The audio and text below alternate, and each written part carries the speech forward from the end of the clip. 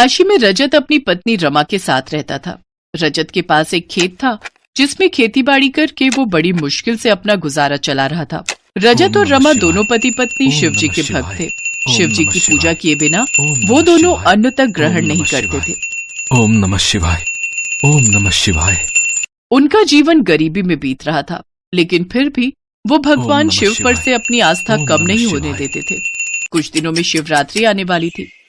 वो दोनों हर साल शिवरात्रि का निर्जल व्रत किया करते थे और गांव के मंदिर में जाकर भोलेनाथ पर जलाभिषेक करते थे। साथ ही दोनों सारा दिन भोलेनाथ की भक्ति में डूबे रहते। इस साल की शिवरात्रि आने से एक दिन पहले रमा ने रजत से कहा, सुनिए जी, कल शिवरात्रि है और मैं चाहती हूँ कि हम भोलेनाथ और माँ पार्वती को इस बार जल के साथ साथ दूध, बेलपत्र और फल भी अर्पित करें। ठीक है रमा, लेकिन मेरे पास 100 रुपए ही रखे हैं, उनसे जो भी आ जाएगा मैं लेता आऊंगा। वो दोनों गरीबी की जिंदगी जी रहे थे। उनकी झोपड़ी कच्ची थी, छत से पानी टपकता था, लेकिन फिर भी वो जैसे तैसे अपने दिन काट रहे थे। शाम को रजत खेत से लौटते वक्त और जो सामान रमा ने बोला था वो सब ले आया। अगले दिन शिवरात्रि वाले दिन भूखे प्यासे निर्जल व्रत रखकर रजत और रमा भगवान शिव को जल अर्पित करने के लिए मंदिर जाने के लिए निकलते हैं।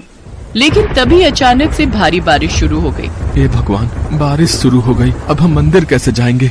थोड़ा इंतजार कर लेते हैं जी, शायद बंद हो जाए। लेकिन काफी देर तक इंतजार करने के बाद भी बारिश बंद नहीं होती और उनकी छत टपकनी शुरू हो जाती है। लगता है आज भोलेनाथ हमारी परीक्षा ले रहे हैं। रमा, तू एक काम कर, घर पर ही मिट्टी का शिवलिंग बना ले, उसी पर ही हम बेलपत्र, फल और दूध चढ़ा देंगे। लेकिन वो तो बह जाएगा जी। वो दोनों बातें कर रहे थे कि तभी किसी ने उनके दरवाजे पर दस्तक दी। रजत ने दरवाजा खोला तो बाहर एक साधु बाबा और साध्वी खड़े थे। प्रणाम महाराज, कहिए क्या सेवा कर सकते हैं हम आपकी? बालक, हम दूर गांव से आए हैं, क्या बारिश थमने तक हम तुम्हारे घर में रुक सकते हैं? बाबा, आपका स्वागत है, आप जब तक चाहें यहाँ रुक सकते हैं। साधु और साध्वी अंदर आ जाते हैं। अंदर रमा मिट्टी से शिवलिंग बना रही होती है। तभी साध्वी उससे पूछती है, बेटी, तुम ये शिवलिंग क्यों बना रही हो? माँ जी, आज हम दोनों का व्रत है और बारिश के कारण हम दोनों पूजा करने मंदिर नहीं जा पाए, इसलिए घर पर ही शिवलिंग बनाकर उसकी पूजा करना चाहते हैं।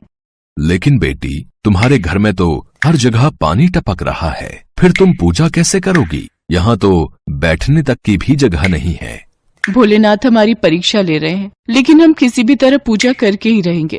फिर रजत और रमा पूजा करने के लिए मिट्टी के शिवलिंग के सामने हाथ जोड़कर बैठ जाते हैं। फिर रमा जैसे ही शिवलिंग पर फल चढ़ाने लगती है तो साधु बाबा उनसे कहते हैं, हमें बहुत भूख लगी है, पहले हमें कुछ खाने को दे दो। ये लीजिए बाबा, आप इसे खा लीजिए। इसके बाद रजत शिवलिंग पर दूध चढ़ाने लगता है तो साध्वी उनसे कहती है, मुझे भी भूख लगी है। लेकिन माताजी, अब तो हमारे घर में कुछ भी खाने को नहीं बचा है। ऊपर से बारिश होने के कारण मैं आज खेत पर काम के लिए नहीं जा पाया, इसीलिए कुछ मजदूरी नहीं मिली। हाँ माँ जी, जब ये काम पर जाते हैं और उस दिन जो मजदूरी मिलती है उसी से हमारा चूल्हा जलता है। अगर तुम्हें बुरा न लगे तो ये दूध हमें पीने को दे दो। हाँ हाँ माँ जी, इसमें बुरा लगने वाली कौन सी बात है? आज रात हम दोनों यहीं विश्राम करेंगे, लेकिन यहाँ तो सोने की जगह नहीं है। आप चिंता न करें बाबा, आप हमारे बिस्तर पर सो जाइए, हम दोनों पति पत्नी यहीं दरवाजे पर बैठकर रात गुजार लेंगे। वो दोनों सारा दिन भूखे प्यासे रहते हैं। फिर रात भर दरवाजे की चौखट पर बैठकर ही ओम नमः शिवाय का उच्चारण करते रहते हैं। इसी तरह बातें करते करते दोनों की आंख लग जाती है और वो दोनों वहीं बैठे बैठे सो जाते हैं। सुबह जब उनकी आंख खुलती है तो वो देखते हैं कि उनका घर बहुत बड़ा बन चुका है, जिसमें सुख सुविधा की हर चीज थी। उनका मिट्टी का शिवलिंग सोने का बन चुका था और उनके घर में सोने की मोहरों से भरे हुए मटके रखे हुए थे। ये सब देख रजत और रमा को समझते हुए देर नहीं लगी कि स्वयं शिव और पार्वती उनके घर आए थे। भोलेनाथ और माँ पार्वती स्वयं हमारे घर आए थे और हम मूर्ख उन्हें पहचान भी नहीं पाए। इतनी बारिश में इतना कष्ट झेलकर भगवान हमें स्वयं दर्शन देने आए थे। वो दोनों शिवलिंग के आगे सर झुका लेते हैं और फिर अपने घर में मंदिर बनाकर सोने के बने शिवलिंग की स्थापना करके हर रोज उनकी पूजा करते हैं। कुछ सोने की मोहरें बेचकर रजत ने सेठ का सारा कर्जा चुका दिया। अब उन्हें किसी चीज की कोई कमी न थी। अब वो दोनों मिलकर हर जरूरतमंद की मदद किया करते थे।